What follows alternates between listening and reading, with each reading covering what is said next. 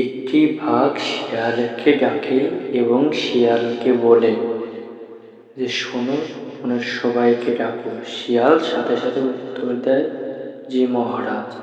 এবং সিংহ বলে, যাও এখন সবাইকে বলো। শিয়াল প্রথমে যায় ব্যাঙের কাছে, ব্যাঙের সাথে বলে, মহারাজ ডেকেছে, তোমরা সবাই এসো। ঠিক আছে বলে ব্যাঙ চলে যায়, শিয়াল চলে যায়। এরপরে হাতির সাথে দেখা হয়। হাতিকে বলে যে, মহারাজ ডেকেছে, আপনারা সবাই চলে আসুন। এই বলে শিয়াল আবার চলে যায়। একে একে সবাইকে এভাবে শিয়াল খবর দিতে থাকে।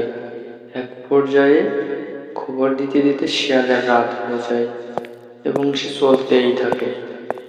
এবার বানর কি করে? বানর গাছে উঠে থাকে এবং গাছে উঠে থাকার পর শিয়াল তার পাশে যে বলে, ও বানর ভাই, সিংহ ডেকেছে, তুমি তাড়াতাড়ি আসো। বানর বলে, আচ্ছা ঠিক আছে, আমি আসছি, তুমি যাও।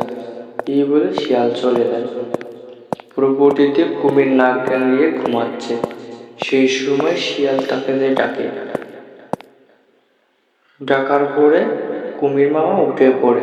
কুমির উঠে পড়ার পরে তাকে কিছু বলে এবং বলার পর বলেছে, ঠিক আছে, তুমি যাও, আমি আসছি। একে একে সবাইকে খবর দেয়। এরপরে খরগোশকে ডাকে এবং খরগোশকেও বলে। খরগোশ বলে, ঠিক আছে, আমিও আসছি। একে একে সবাইকে হাজির হয় এবং সিংহের কাছে উট যায়, কারণ উটের খাদ্য সংকট হয়ে যাচ্ছে, ঘাসপালা একদমই নেই। এবং পর্যায়ক্রমে উট তার কাছে সালিশ দেয় যে, আমার জন্য কি করা প্রয়োজন। তা সিংহ বলে, তোমার ব্যাপারটি আমি পড়ে দেখছি, তুমি হয়তো আপাতত ধৈর্য ধরো এবং আমি সবার সাথে আলোচনা করি।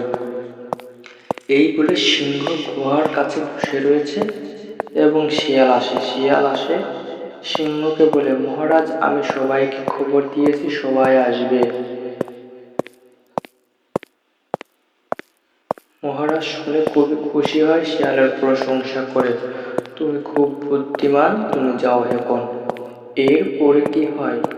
এরপরে শিয়াল পরের দিন আবার আসে। আসার পরে একে একে সবাই আসতে থাকে।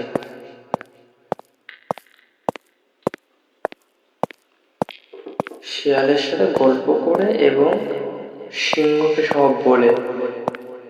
এই বলে শিয়ালের উপর বানর আসে, বানরের উপরে হাতি আসে, একে একে সবাই আসতে থাকে এবং সবাইকে আসতে একটু সময় লাগে। সময় লাগার পরে কি হয়? আলোচনা শুরু হয়। কার কি বলে সমস্যা হয় সবাই বিস্তারিত খোলামেলা আলোচনা করে এবং সিংহ মামা বলে, কারোর কোনো অসুবিধা হলে আমাকে অবশ্যই জানাবে।